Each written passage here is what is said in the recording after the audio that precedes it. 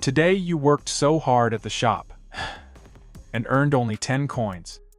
You are so tired, you have only 10 coins in your hand while walking through a market. An unknown guy in a hoodie comes near you and says, "Play a game with me and win double, it's easy." You think, that's bet 5 coins. At least you will have 5 coins left, and if you win, you will have 15 coins. Then you played the game. You won. The hoodie guy says again, "Play a game with me and win triple." Then you played again with 10 coins. Thinking at least you will have 5 coins left, you won again. Now, you have a total of 35 coins.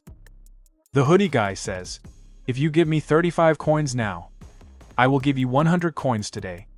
But I will take 1,000 coins back after 1 year. Or, if you invest in me, after 1 year, I will give you 1,000 coins." You think investment is a good choice. You will have 1,000 coins without any work. But who knows what happens tomorrow? Or, maybe you take 100 coins today, but after 1 year you have to give back 1,000 coins. You think, and decided. You gave him 35 coins and asked for 100 coins now. The hoodie guy gave you 100 coins. He is gone. Now you are happy. From just 10 coins, you earned 100 coins today. But, don't you think this was a bad choice? That day, you ate 5 coins worth of food and sleep. Day 2. Next morning, you go to the market and buy 1 goat for 40 coins and 1 hen for 30 coins.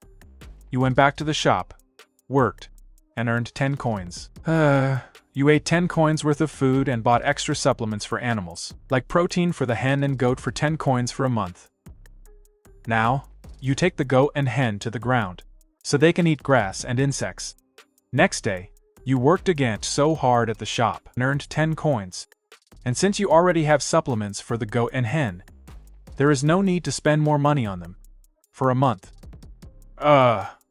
Today, you ate 5 coins worth of food and saved 5 coins.